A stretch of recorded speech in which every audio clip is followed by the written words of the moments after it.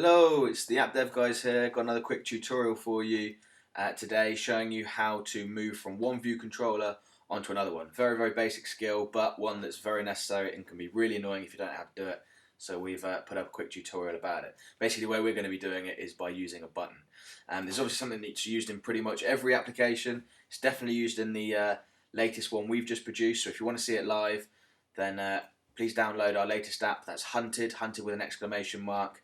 The link for which is in the description below. It's a great game. It's a game app.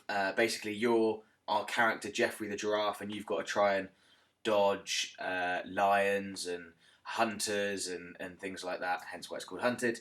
And you can collect things on the way to help you out, or accidentally bump into things that are going to slow you down. And obviously, as you go through the levels, the way it works. We've actually got a bonus edition of that app up now called Hunted Bonus. That's got some new Arctic levels, which is quite fun. So we're quite proud of it, and hopefully you guys will enjoy that. But back to the tutorial. What you want to do is you want to create a new Xcode project.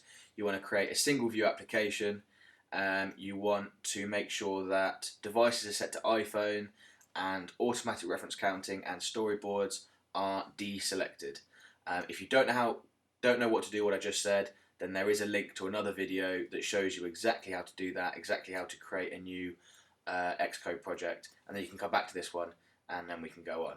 So obviously we're going to be moving from one view controller to another. The first thing we need to do is add in a second view controller. So if you go File, New, File, make sure Cocoa Touch and Objective-C class is selected. Hit next. I'm going to simply call this second. You want subclass of UI view controller. It should be automatic, but if not, make sure it's selected. And you want to tick this button here with nib for user interface. Hit next and create. And there we go. You can see it in here. We have our second view controller.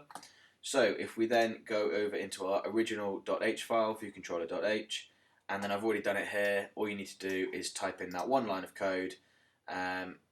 IB action next. Basically, we're going to be moving from one view controller to another via a button, so we just need to code in the IB action there, and then over into the .m file, get rid of that there, that's not necessary.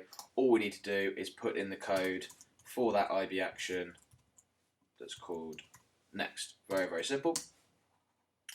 So you can get rid of that id sender part, it has no use. So we just need a few lines of code in here. So we need second view controller second equals second view controller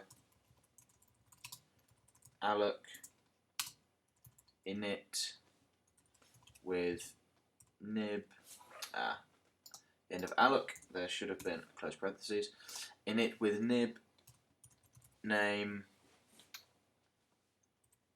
nil space bundle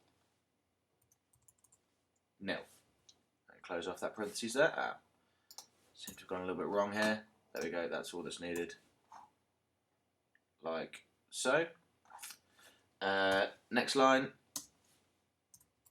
Self present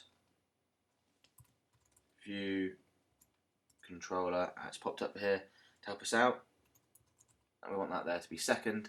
Animated yes completion null. So literally 2 lines of code, very simple. One thing I've forgot to do, which is very important, is to import the second view controller up here, .h file. There we go, otherwise it won't work, and now those red errors should disappear. Seem to have one error here, let's try and work out what that is. Init with nib name, that's why, because it's not init. It's int. There we go. As you can see, all errors have now disappeared.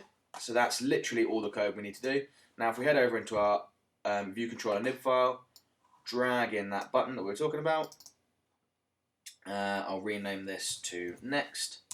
Make it easier. If you select on the button, click on first responder, and then make sure you have this connections inspector clicked up here. Then if we go over to next, drag it on over the button release, hit touch up inside, and that is all we need to do. Now if you hit Command R to run the application, or go product run, then basically this will show us moving from this view controller to another one at the touch of this button. Obviously the way you'll tell, because they've both got black, grey backgrounds, is the fact that this next button will effectively disappear.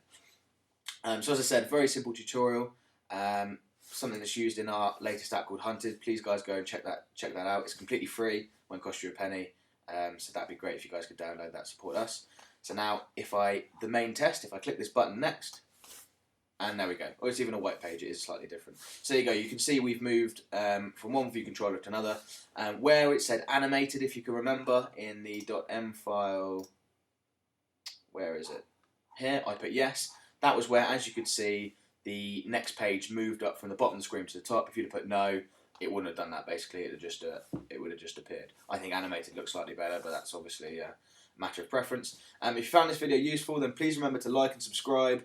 If you've got any questions, then leave a comment below. And if you want the source code, then again, just leave a comment below and we'll make it available as soon as possible. Otherwise, keep your eye out for more videos. We're putting out loads at the moment, so hopefully you'll find them useful. And until next time, thanks guys.